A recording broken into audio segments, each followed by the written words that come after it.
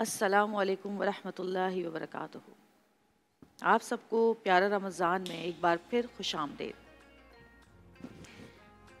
आज एक कहानी से शुरू करेंगे हम अपना प्रोग्राम।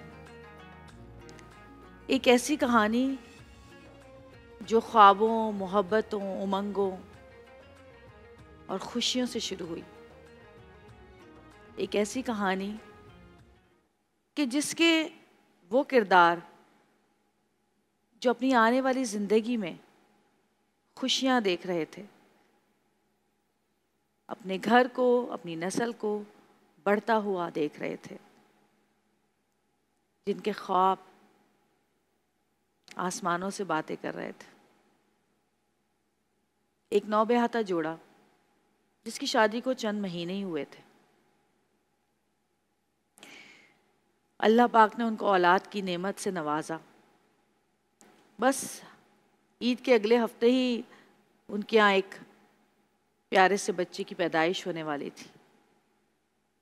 दोनों ने बहुत शॉपिंग की, ईद की शॉपिंग की, बच्चे की शॉपिंग की। दोनों के घर वालों ने बहुत खुशियाँ मनाई, कपड़े ख़रीदे बच्चे के लिए, मियाँ बीवी के लिए। सुना है कि बेटी अकलौती थी अपने माँ बाप की,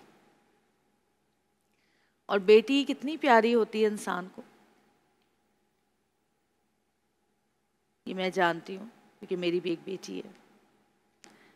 और जब मेरी बेटी की ज़ोर से आवाज़ आती है ना घर में, तो मैं और सऊद और यहाँ तक कि हमारे हेल्पर्स जो हमारे घर में हैं दौड़ के भागते हैं उसके कमरे की तरफ कि खुदा ना खास्ता इतनी तेज़ आवाज़ कैसे आई है। लेकिन फिर उसको खुश देख के, हंसता हुआ देख के इत्मीनान से कमरे से बाहर वापस आ जाते हैं, ये दुआ करते हुए कि या अल्लाह तो हमारी खुशियाँ भी इसकी झोली में डाल दे, हमारे हिस्से की नेमतें भी हमारी बेटी के हिस्से में डाल दे, हमारे बेटे के हिस्से में डाल दे। जो ज़िंदगी में इनकी तकलीफ़ें लिखी हैं वो दूर कर दे, और जो हमारे हिस्से की खुशियाँ हैं हमारे बच्चों को दे दे। एक अकलौती बेटी का बाप, उसकी फैमिली, एक घर का सरबराह और एक होने वाला बच्चा और इनकी फैमिलीज। कल दोनों निकले घर से और हॉस्पिटल में चेकअप करा के शाम के वक्त अपने घर की तरफ रवा दवा थे। मलीर का इलाका, मेन रोड, और उस पर दनाते हुए बड़े बड़े ट्रक्स, डंपर जो कि अंधाधुंध चलते हैं, लोगों की खुशियों को, अरमानों को, उनके जिस्मों को, उनकी रूहों को और उनके पूरे ख़ानदान की खुशियों को रोनते हुए। कल ये वाक़या पेश आया जब वो दोनों मियाँ बीवी खुशी खुशी अपने घर जा रहे थे। तैयारियां ज़ोरों शोर से जारी थी क्योंकि ईद के पहले हफ्ते में ही बच्चे की पैदाइश थी। बहुत ख्याल रखते हैं हम जब कोई औरत माँ बनने वाली होती है, बड़े नखरे उठाए जाते हैं उसके, बड़ी आओ भगत की जाती है, खाने पीने का ख्याल रखा जाता है, उठने बैठने का ख्याल रखा जाता है, कैसे बैठना है, कैसे उठना है, कैसे चलना है, क्या खाना है, क्या नहीं खाना है, क्योंकि वो एक जिंदगी को जन्म देने वाली होती है, पूरी एक जिंदगी, एक इंसानियत। ये वो शर्फ है जो सिर्फ एक औरत को हासिल है, एक जिंदगी को पैदा करना, उसको पालना, पोसना, बड़ा करना। न जाने कितने अरमान सजाए हुए होंगे, अल्ट्रासाउंड कराया होगा, बच्चों की चीजें, रिपोर्ट्स संभाल के रखी होंगी,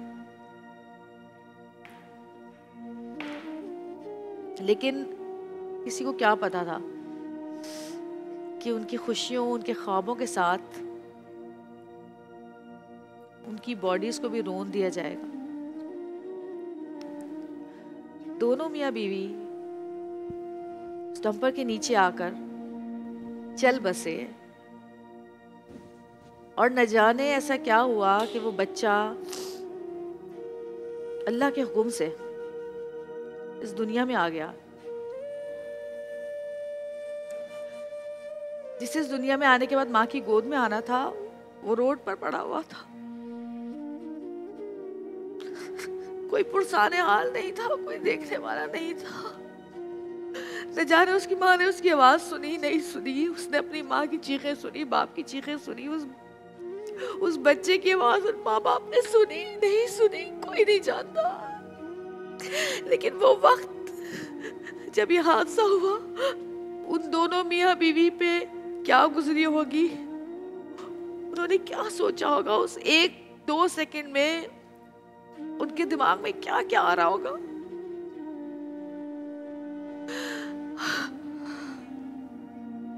वो बच्चा रोड पे पड़ा, किसी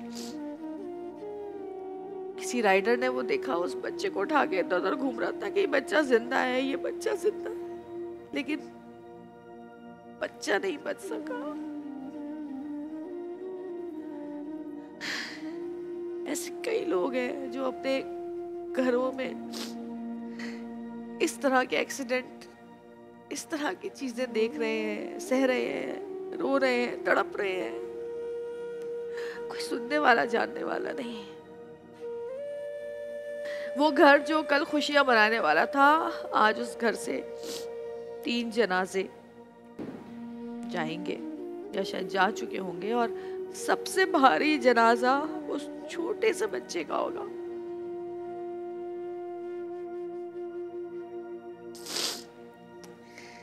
न जाने हमारी दुनिया को क्या हो गया है, हमारे मुल्क को क्या हो गया है, हमारे लोगों को क्या हो गया है।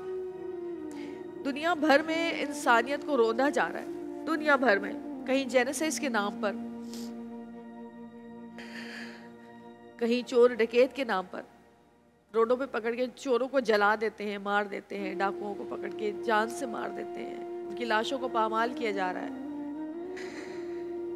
दुनिया भर में मुसलमानों पे जुल्म हो रहे हैं, मुसलमानों को मारा जा रहा है। एक वक्त में कई हजारों मुसलमान मर रहे हैं। चलो जेनोसाइड समझ में आता है कि हमारे मुल्क में क्या हो रहा है, क्यों हो रहा है। पता नहीं कितने ऐसे हादसे हो चुके हैं, कितने वाकयात हो चुके हैं। हमारी बहुत बड़ी शायरा गुजरी हैं, परवीन शाकिर, उनका भी इसी तरह एक्सीडेंट हुआ था। 2 ट्रॉलर के बीच में उनकी गाड़ी आई थी और इसी तरह इंतकाल हुआ था उनका। तो क्या ये लोग इंसान नहीं है, ये अंधे हैं? किस तरह ये लोग गाड़ियां चलाते हैं, किस तरह ये लोग रोन देते हैं लोगों को, लेके चढ़ जाते हैं ऊपर, कोई पूछने वाला नहीं है। इंसान में और जानवर में यही तो फर्क होता है कि इंसान को पता होता है कि इंसानियत क्या चीज है। हम तो जानवरों से भी गुजरे हैं। जानवर भी जब भूख लगती है ना, तब मारता है। ये इंसानियत कहाँ है दुनिया की, कहाँ है इंसानियत?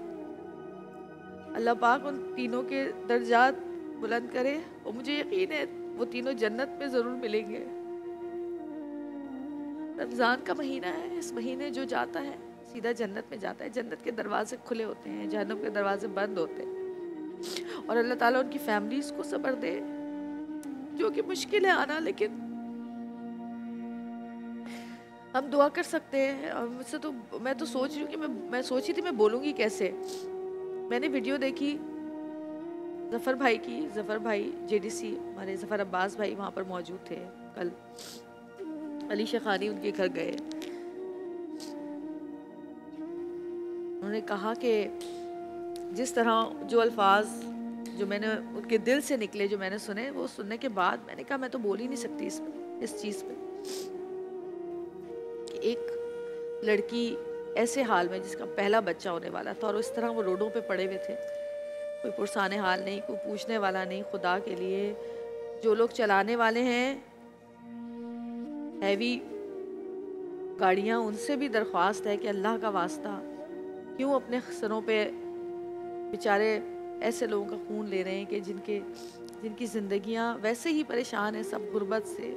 गरीब ही होगा ना जब भी बाइक पे लेके घूम रहा था ना, वरना गाड़ी में लेके जाता प्रेग्नेंट बीवी को इस हाल में।